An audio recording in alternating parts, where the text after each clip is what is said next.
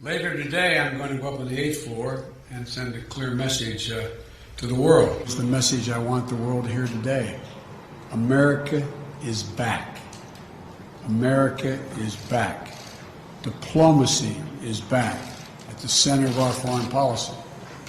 As I said in my inaugural address, we will repair our alliances and engage with the world once again, not to meet yesterday's challenges, but today's and tomorrow's. American leadership must meet this new moment of advancing authoritarianism, including the growing ambitions of China to rival the United States and the determination of Russia to damage and disrupt our democracy. We must meet the new moment, accelerating global challenges, from the pandemic to the climate crisis to nuclear proliferation. Challenging the will only be solved by nations working together and in common. We can't do it alone.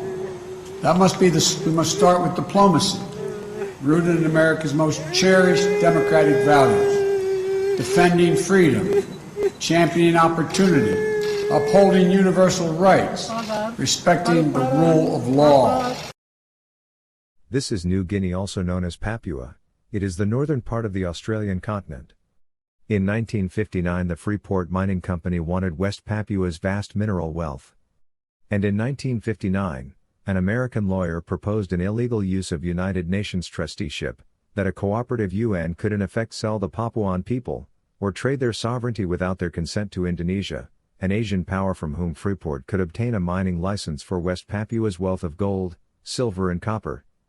During 1960, the U.S. learnt that neither the Commonwealth of Australia nor Malaysia wanted to be involved in this scheme, and so the proposal was modified to ask the United Nations itself to act as the UN-appointed administrator that would then ask Indonesia to become a colonial power looting the colony.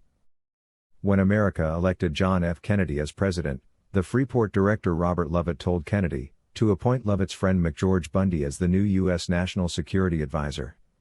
To Kennedy's credit, throughout 1961 the National Security Council under Bundy pleaded without success for Kennedy to authorize this scheme.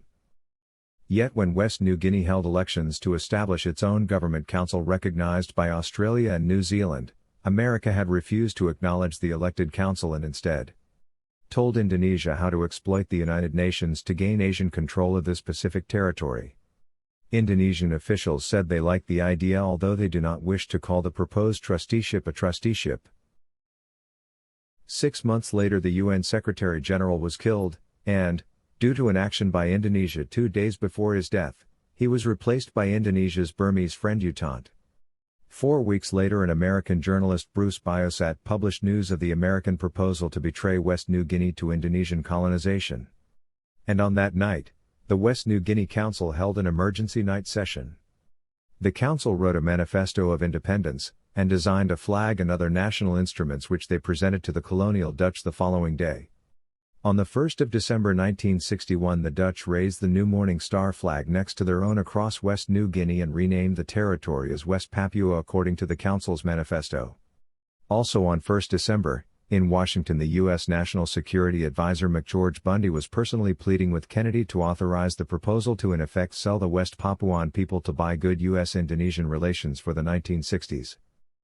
Irrespective of whatever America wanted, the Security Council and United Nations were now under domination by U Thant and his friends in India and Indonesia.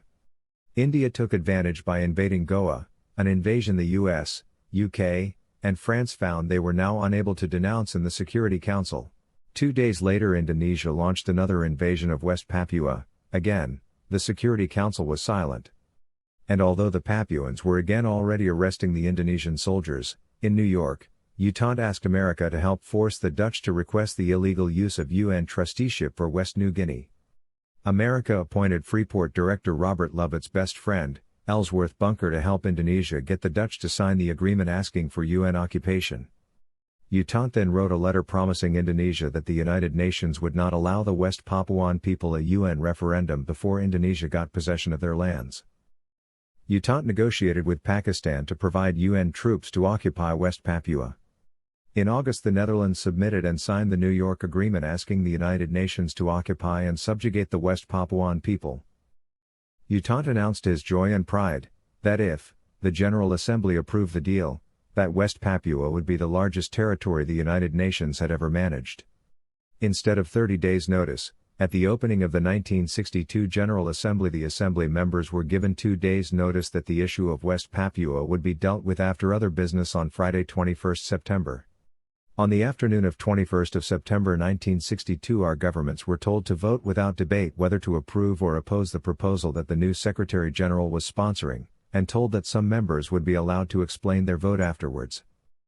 For 59 years West Papua has suffered a foreign occupation which our governments are responsible for, and for 59 years our news journalists have failed to report weekly abuse and looting suffered by our Pacific War allies of West Papua.